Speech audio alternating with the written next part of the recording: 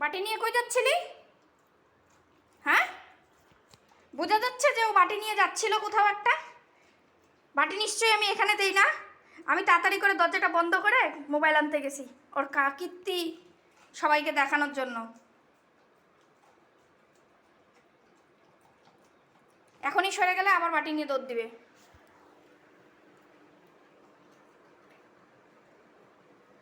ও মা, আবার হাত ঢুকায় নিল কেন বাটিতে? ওরে পাগলা, অন্যর বাটিতে হাত দিতে হয় না, পা দিতে হয় না। বাটিটা মনে হয় অসুবিধা করতেছে। দাঁড়া, তোর পা ধোয়াই দিব, তোর পায়ে ভাত লাগছে।